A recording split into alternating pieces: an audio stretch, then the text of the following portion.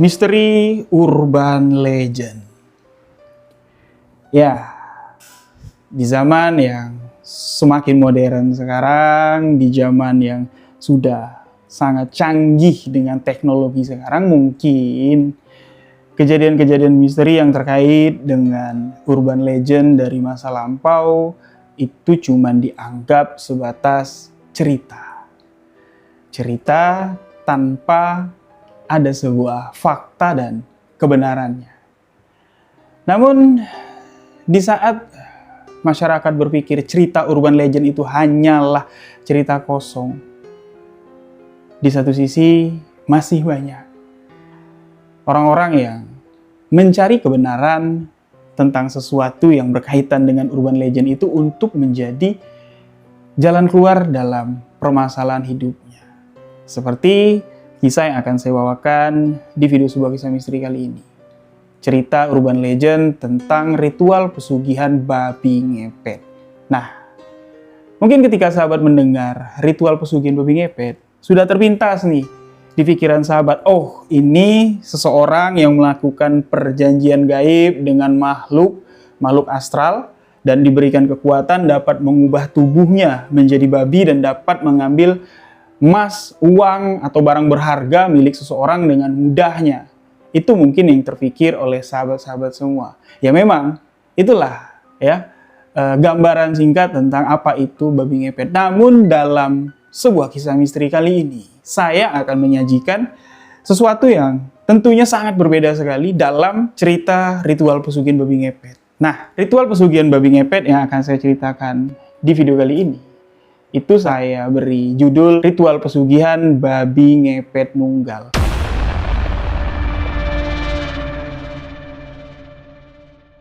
Selain babi ngepet ini dapat mencuri atau mengambil harta seseorang dengan mudahnya ketika dia berubah wujud menjadi perwujudan babi, babi ngepet yang akan saya ceritakan kali ini itu juga dapat menyakiti seseorang, siapapun yang dia ingin sakiti. Dapat dengan mudah disakitinya. Dua kekuatan menjadi satu, pesugihan dan santet. Inilah ritual pesugihan babi nunggal.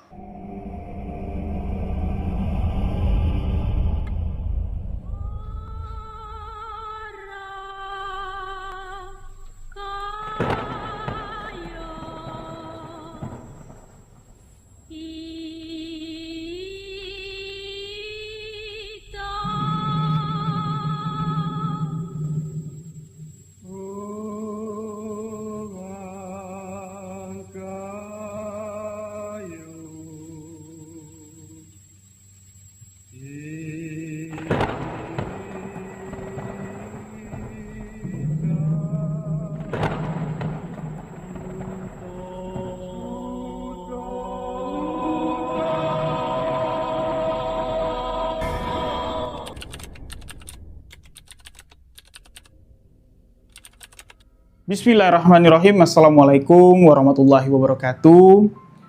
Selamat malam sahabat-sahabat semua. Apa kabar? Semoga sehat-sehat selalu. Semoga selalu dalam lindungan Allah Subhanahu wa taala, Tuhan yang Maha Esa. Amin amin rabbal alamin. Alhamdulillah sudah 3 video yang tayang ya. Jadi support terus ya.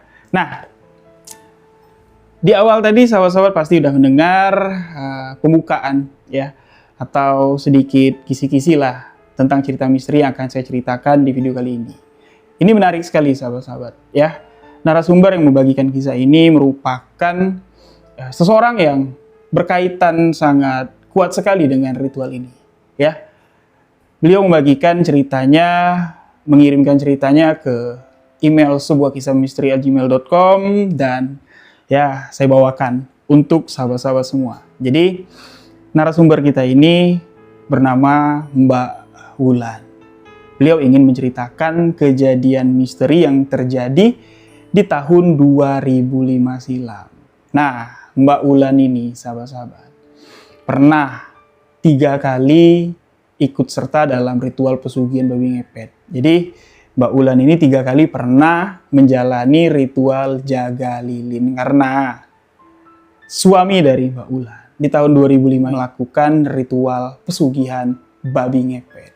Nah, jadi ini pengakuan langsung nih dari seseorang yang pernah jaga lilin si babi ngepet.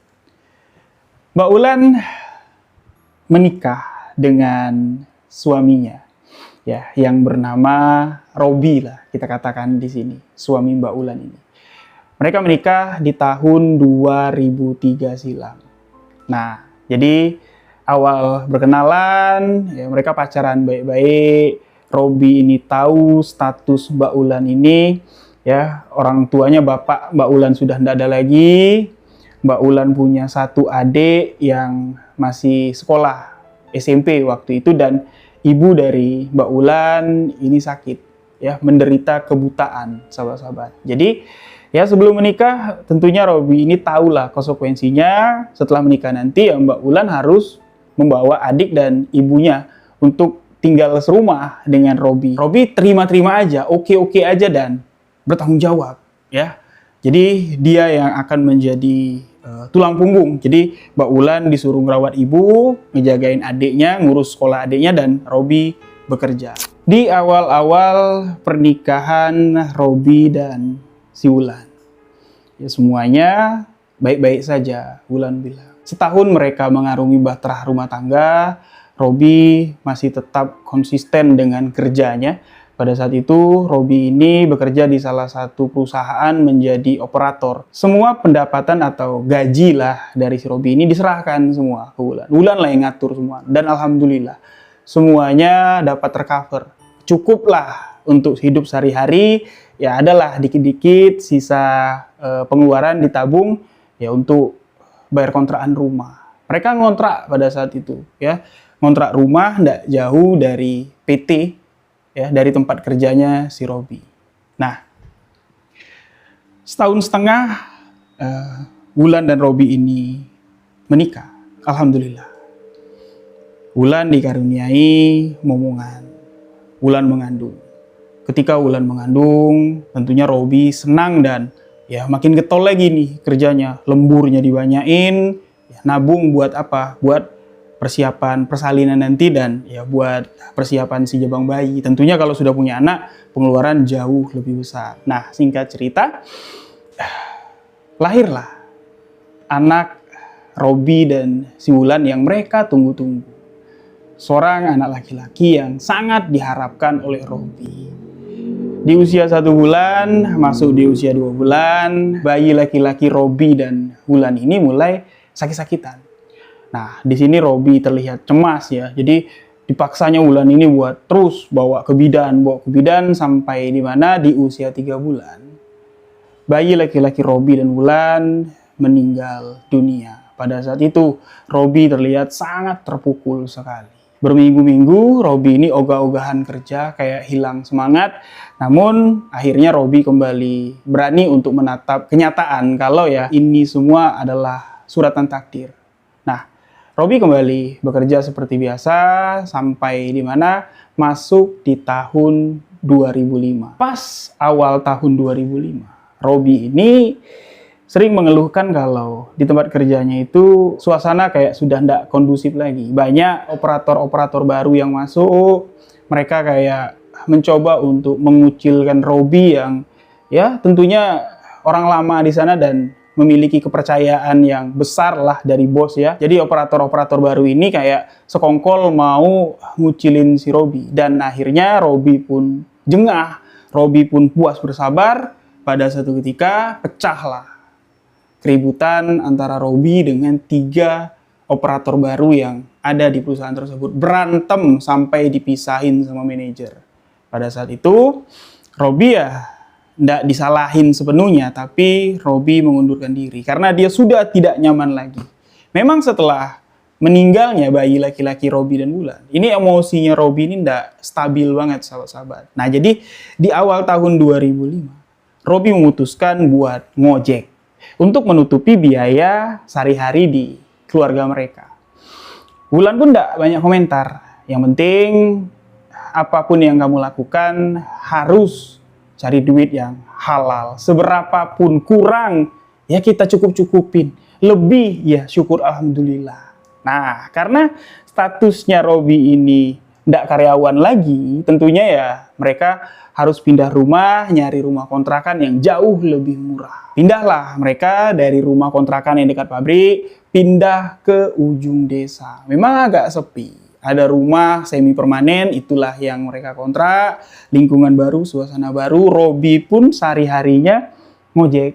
Pergi pagi, pulang sore, keluar lagi, kadang tengah malam baru pulang. Ngojekin ya karyawan-karyawan pabrik ini tadi, sahabat-sahabat. Nah, jadi ya hampir setahun lah, ya hampir masuk di tahun 2006, sikap atau gelagat Robi ini semenjak ngojek ini agak-agak lain memang. Yang tadinya Robi ini ibadahnya getol, sahabat-sahabat, ya 5 waktu jalan terus, subuh apalagi, tidak pernah tinggal.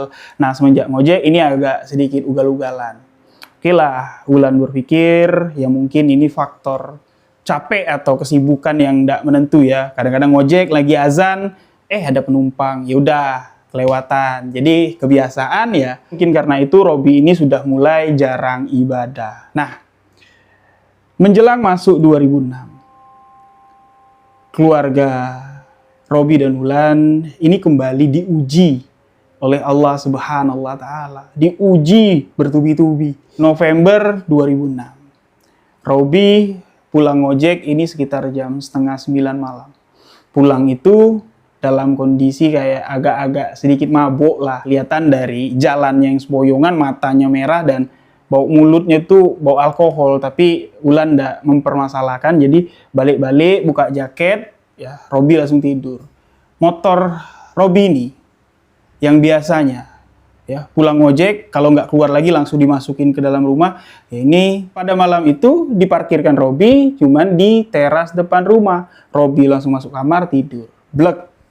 Nah, ketika Wulan nutup pintu, adalah niat hati Wulan nih buat dorong motor tuh masuk, tapi nantilah tutup pintu dulu dan nyusul Robi masuk ke dalam kamar.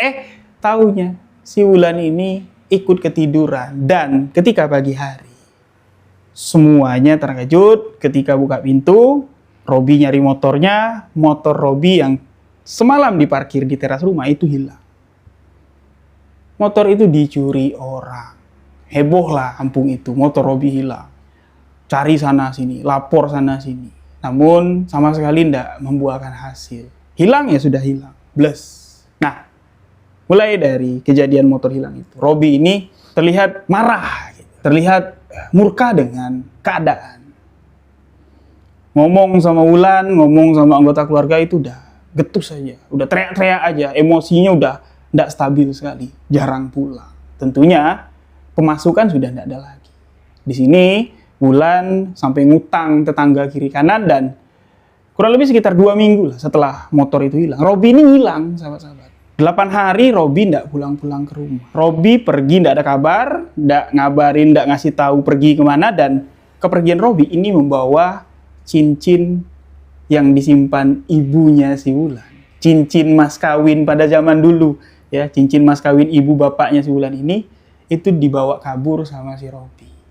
Cincin itu ditaruh di lemari, ya, diambil sama Robi dan Robi ngilang selama 8 hari. Sewaktu Robi ngilang selama 8 hari, Wulan tidak terlalu heboh, nggak cerita ke tetangga kiri kanan, malah tetangga kiri kanan nanya, Robi mana? Kerja keluar kota, kata Wulan. Ditutup-tutupin sama Wulan, karena Wulan yakin Robi pasti akan kembali. Memang betul, 8 hari menghilang, tiba-tiba Robi pulang. Ketika Robi pulang pun, Wulan tidak terlalu mempertanyakan kamu dari mana, ngapain, kemana cincin ibuku. Sama sekali malah tidak ditanya sama Wulan.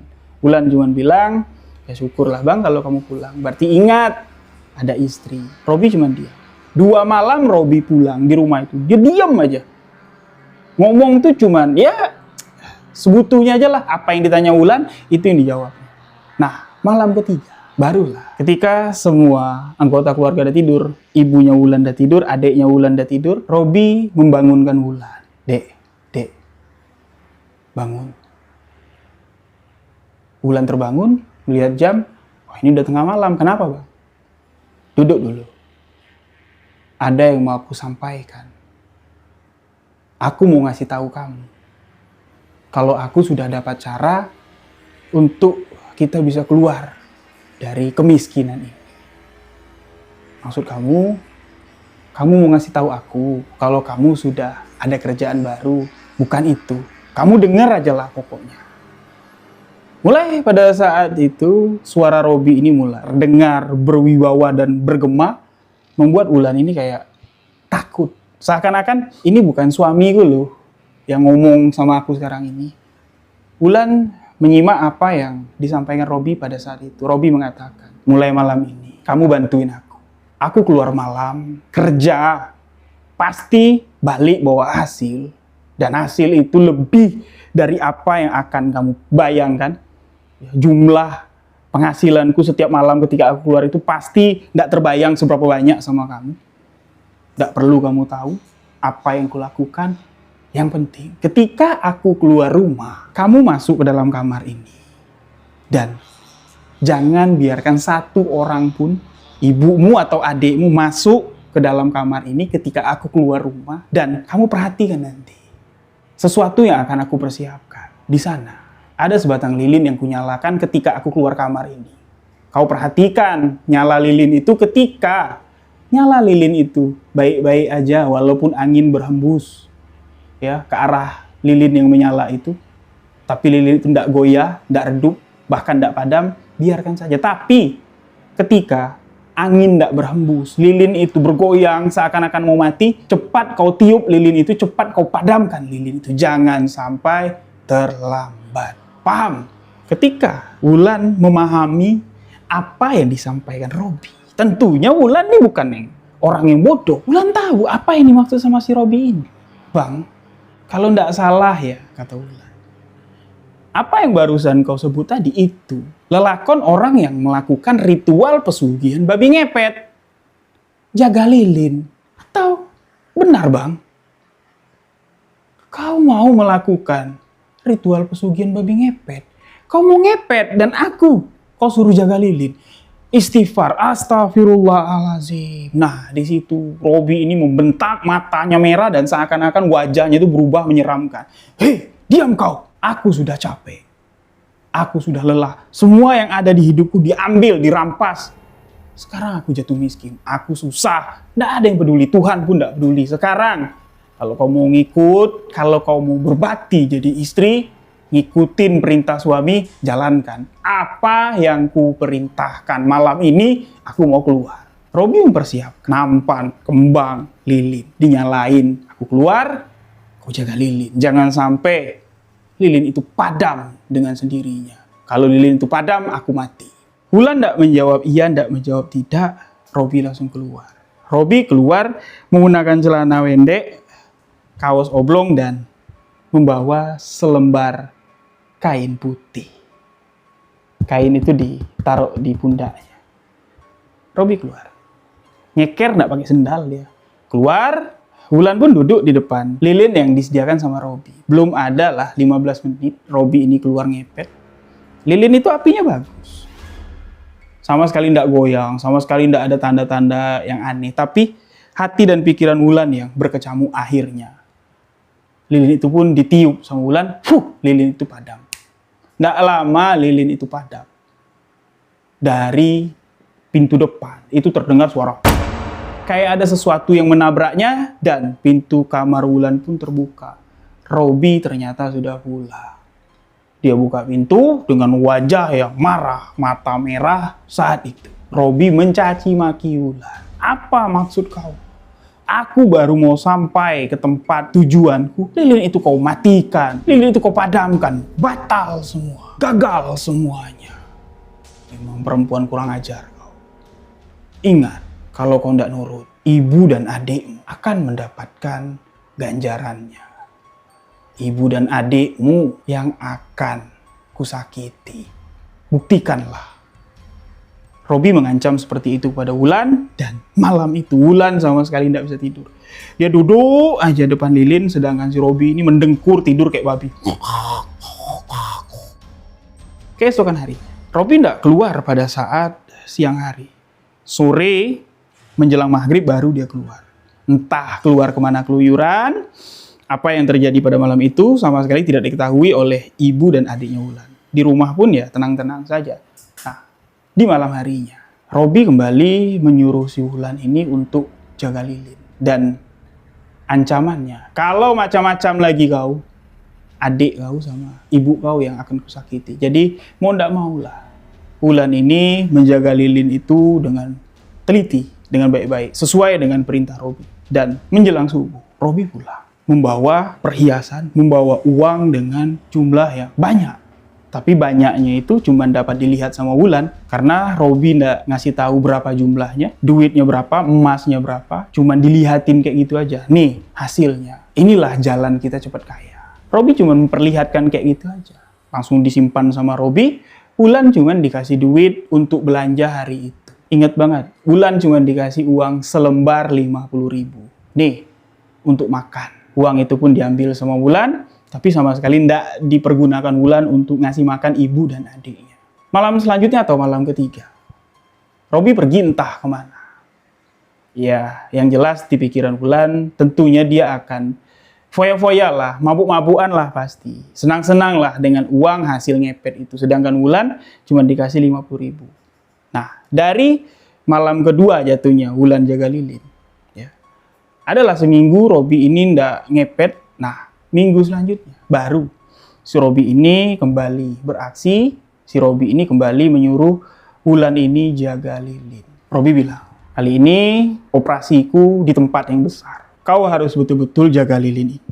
Jangan main-main lagi. Ingat, ibu dan adik. Wulan cuma mengangguk dan Robi pun keluar untuk ngepet. Malam itu, lilin yang dijaga Wulan ini bergerak terus. Sampai-sampai ya dijaga sama Wulan kayak ini. Ini gimana nih?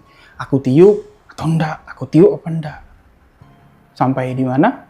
Lilin itu apinya ngecil sendiri, ditahan sama Wulan, hidup lagi. Ngecil sendiri, ditahan sama Wulan, hidup lagi. Wulan ingat apa yang disebut sama Robi. Tata cara untuk jaga lilin. Kalau api lilin itu tiba-tiba enggak stabil, cepat tiup, cepat padamkan. Wulan pun langsung memadamkannya. Dan enggak lama, pintu belakang kebuka. Ternyata Robi pulang. Robi pulang dengan membawa buntilan kain putih yang cukup besar. Dalam buntilan kain putih itu terdengar trak-trek, kayak ya barang emas ya, perhiasan kayak beradu kayak gitu. Namun sama sekali tidak ditunjukin sama si Wulan apa itu, berapa jumlahnya. Lagi-lagi Robi cuma memberikan selembar uang 50.000. Nah, di situ Wulan berpikir, apa yang kau lakukan ini hanya untuk kepuasan dan kesenanganmu saja. Aku yang kau libatkan, yang tidak dapat hasil apa-apa, cuma dapat ancaman. Jadi Wulan pun berpikir untuk ogah buat jagain lilin lagi. Kalau disuruh jaga lilin lagi ya tidak mau. Namun Wulan mengacukan ancaman Robi. Apa sih yang akan dibuat Robi sama adik dan ibuku? Aku mau tahu. Atau cuman ancaman saja kayak gitu ya. Jadi selanjutnya ketika Robi nyuruh Wulan ini jaga lilin, Wulan berontak, dia bilang nggak mau. Aku nggak mau. Kalau kau mau ngepet sendirian aja. Nggak bakal gue jaga lilin kau ini. Robi marah dan malam itu Robi membuktikan ancamannya itu bukan sekedar ancaman belaka. Kau lihat, adikmu malam ini akan kusakiti. Kau lihatlah. Robi keluar dari rumah itu. Keluar tanpa ritual ngepet, keluar biasa aja. Karena Wulan ini takut malam-malam nanti Robi balik, masuk kamar adiknya dia apa-apain. Adiknya Wulan yang kelas 1 SMP, pada saat itu 2006, adiknya udah masuk kelas 2 SMP, itu diajak tidur di kamar Wulan. Ya, Wulan jagain adiknya, dengar suara srak-srek dikit aja, Wulan bangun, waspada. Ternyata Robi nggak pulang pada malam itu. Tapi adiknya Wulan yang tidur di samping Wulan, ini terlihat kayak tidurnya tuh gelisah, kayak sedang bermimpi buruk. Keringat bercucuran, menggeram-geram kayak gitu loh. Ngigau lah jatuhnya, ngelindur ya. Ini keringat ngucur terus. Sampai dibangunin Wulan berkali-kali. Adiknya enggak bangun-bangun. Bangun. Itu enggak bangun-bangun. Azan subuh berkumandang. Baru adiknya bangun. Matanya terbelalak ke atas. Narik nafas panjang. Wajahnya pucat pasi. Menangis meluk Wulan. Adiknya bercerita, malam itu dia mimpi kalau dia sedang berjalan melewati ladang ya, melewati kebun, itu siang. Ketika sampai di ujung ladang, tiba-tiba aja kayak matahari itu jatuh, gelap jadi malam, dan ada seekor babi berukuran besar, babi nunggal, tuh ngejarin adiknya si Wulan. Sampai adik Wulan ini jatuh, babi itu ngorek-ngorek, maaf ya, pusar dari adiknya Wulan ini sampai ke selangkangan adiknya Wulan ini dengan taring, dengan moncong. Tercabik-cabik ya, perut sampai bagian selangkangan atau bagian kemaluan adiknya si Wulan ini. Babi itu besar sekali, babi itu menakutkan sekali, dan ketika diperiksa sama Wulan, bagian pusar, bagian paha dalam, itu semuanya kayak baret-baret, merah-merah dan disentuh sama Wulan. Sakit kak, sakit, kata adiknya di sini. Wulan tertegun dan mengingat bahwa ancaman dari Robi bukan sekedar ancaman. Betul, malam itu dia membuktikan kalau dia bisa menyakiti adik dari si Wulan. Wulan tidak dapat berkata-kata lagi. Wulan cuman bisa diam. Paginya Robi pulang. Siul-siul ngeledekin si Wulan ya. Apa aku bilang? Jangan main-main. Ikuti saja mauku, semuanya akan baik-baik saja. Malam nanti tugas kamu. Kau harus ikuti kemauanku di malam itu. Seharusnya menjadi malam keempat dari ritual jaga lilin si Wulan. Dan pada pagi itu juga lah, Wulan langsung mengatakan kepada Robi, terserah apa yang mau kau lakukan, aku tidak mau ikut-ikutan lagi, aku tidak mau terlibat terlalu jauh dengan apa yang kau lakukan. Terserah kau mau buat apa, terserah apa yang mau kau lakukan. Robi marah. Ribut pagi itulah, tetangga kiri kanan tahu semua. Setelah ribut-ribut, ngamuk-ngamuk, Robi hilang. Tetangga kiri kanan nanya masalah apa ya. Biasalah, Wulan bilang. Masih ditutupin sama Wulan, Robi tidak pulang 2 malam, dan malam ketiga Robi pulang. Pas pulang, Robi membawa seorang perempuan.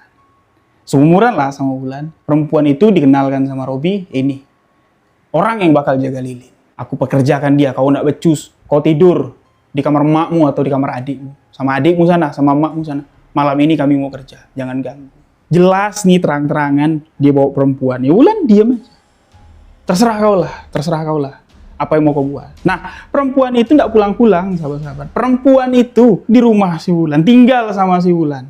Sehari, 2 hari, Wulan oke-oke aja. Masuk hari keempat, Wulan di sini bertanya sama perempuan itu, kau siapa? Aku istrinya Bang Robi. Nikah.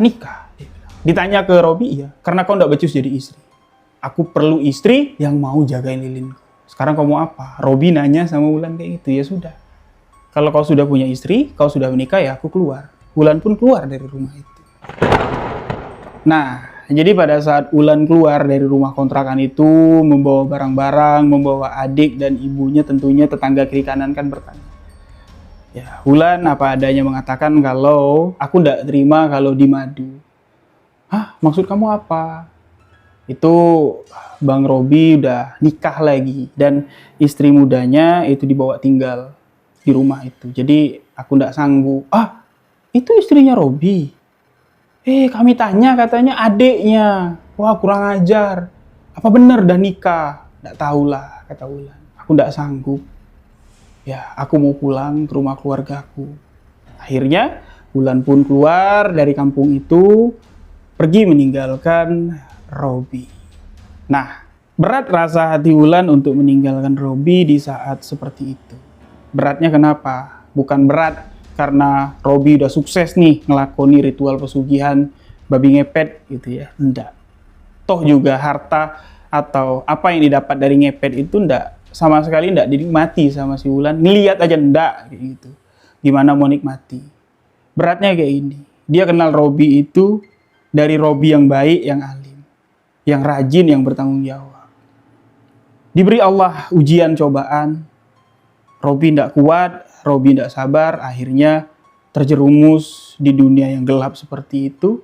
Namun Wulan tidak dapat berbuat apa-apa untuk menyadarkan atau membuat Robi ini tobat atau berhenti dari perbuatannya yang salah itu. Malah menjadi-jadi, malah Wulan yang ninggali si Robi. Itu yang membuat hati Wulan ini berat. Tapi ya lama-kelamaan Wulan berpikir, aku masih punya kehidupan. Aku masih punya tanggung jawab ibu dan adik. Itulah yang membuat Wulan ini kuat. Akhirnya Wulan kerja, bisa menghidupi adik dan ibunya sampai di mana di tahun 2008. Wulan dan Robi sudah tidak pernah ketemu lagi. Cuman dapat kabar-kabarnya aja. Robi cuman bertahan sebulan di rumah kontrakan yang dulu ditempati sama Wulan, habis itu diusir sama warga, pindah ke desa sebelah, dan di desa sebelah tercium kalau ada sesuatu yang janggal di kehidupan Robi. Warga mulai menaruh kecurigaan, mencari bukti, dan kabarnya di tahun 2008 aksi ngepet dari si Robi terungkap. Babi ngepet dari si Robi tertangkap dan dibunuh. Kabarnya setelah itu Robi menghilang di telan bumi. Warga yang sudah mencurigai Robi ini udah mengintai gerak-gerik si Robi, dan di malam itu ketika Robi beraksi, ketika wujudnya sedang menjadi sosok babi, babi itu dikepung warga, babi itu ditangkap dengan jala, babi itu digebukin sampai mati dan digantung. Ketika babi itu digantung, kaki di atas, kepala di bawah, sambil digebukin sama warga. Nggak satu dua orang yang melihat kalau babi itu memiliki mata manusia yang meneteskan air mata seakan-akan minta pengampunan, minta belas kasih. Beberapa orang yang mengerti tentang hal pesugihan babi ngepet ini mencoba untuk mengembalikan wujud si babi ini menjadi wujud manusia, ya, menjadi wujud si Robi lah. Intinya ini tidak bisa. Dan karena tidak bisa, akhirnya babi itu pun dibakar. Makanya wujud atau jasad Robi ini tidak ditemukan. Robi tidak bisa kembali lagi ketika dia mati itu, nggak bisa kembali lagi wujudnya ke wujud manusia. Dia mati menjadi perwujudan babi. Itu terjadi di tahun 2008. Nah, mendengar kabar itu, ya tentunya adalah rasa iba, rasa sedih. Namun Wulan cuma dapat memasrahkan segala sesuatu kepada Allah Subhanahu wa Ta'ala. Untuk Robi, mantan suami yang dikenal Wulan bukanlah orang yang jahat, tapi dulunya, kata si Wulan. Nah, jadi sahabat-sahabat semua, entah dari manalah si Robi ini dapat jalan ritual pesugihan babi ngepet itu, ya, siapalah yang membawanya atau memperkenalkannya dengan dunia seperti itu, Wulan sama sekali tidak tahu. Setelah Wulan keluar dari rumah kontrakan berpisah sama si Robi, adalah beberapa kali Wulan ini mendengar, ya, di tempat tinggal barunya itu kayak suara kesek-kesek, suara babi kayak gitu ya. Robi masih mengintai kehidupan Wulan, namun Wulan sama sekali tidak memperdulikannya. Ya, semakin didekatin, semakin diintai sama si Robi, Wulan semakin banyak beribadah, meminta perlindungan kepada Allah Subhanahu wa Ta'ala, karena memang betul-betul Wulan tidak mau ikut campur, terlibat. Bahkan ya 3 kali Wulan mau disuruh jaga lilin aja itu dia menyesal senyesal-nyesalnya karena terpaksa. Nah, jadi ketika Robi mati pun ya Wulan cuma dapat mendoakan doa terbaik. Nah, jadi itulah pengalaman dari Wulan yang pernah menikah dengan seseorang yang melakukan ritual pesugihan babi ngepet, babi nunggal yang dapat menyakiti seseorang. Adiknya si Wulan lah yang menjadi bukti kalau ritual babi ngepet yang dilakukan oleh si Robi ini bukan cuma sekedar bisa mencuri harta uang dari orang-orang, ya, dari masyarakat, tapi dapat menyakiti, ya, dapat langsung ya menyakiti melalui mimpi, dan itu terasa nyata, buktinya ada, bekasnya ada. Itulah yang saya katakan tadi. Ini bukan sekedar ritual pesugihan babi ngepet, tapi ritual pesugihan babi nunggal. Semoga sahabat-sahabat yang mendengarkan kisah ini mendapatkan hikmah pelajaran. Mohon maaf jika ada salah kata, salah ucap dalam penyampaian kisahnya. Buat sahabat yang punya cerita, boleh kirimkan cerita ke alamat email sebuahkisahmisteri@gmail.com. Jangan lupa follow Instagram saya di rio.wijaya91, dan yang mau donasi, ya, link Saweria sudah saya siapkan di deskripsi dan kolom komentar. Terima kasih sahabat-sahabat semua. Wabillahi taufiq wal hidayah. Wassalamualaikum warahmatullahi wabarakatuh. Salam sahabat misteri.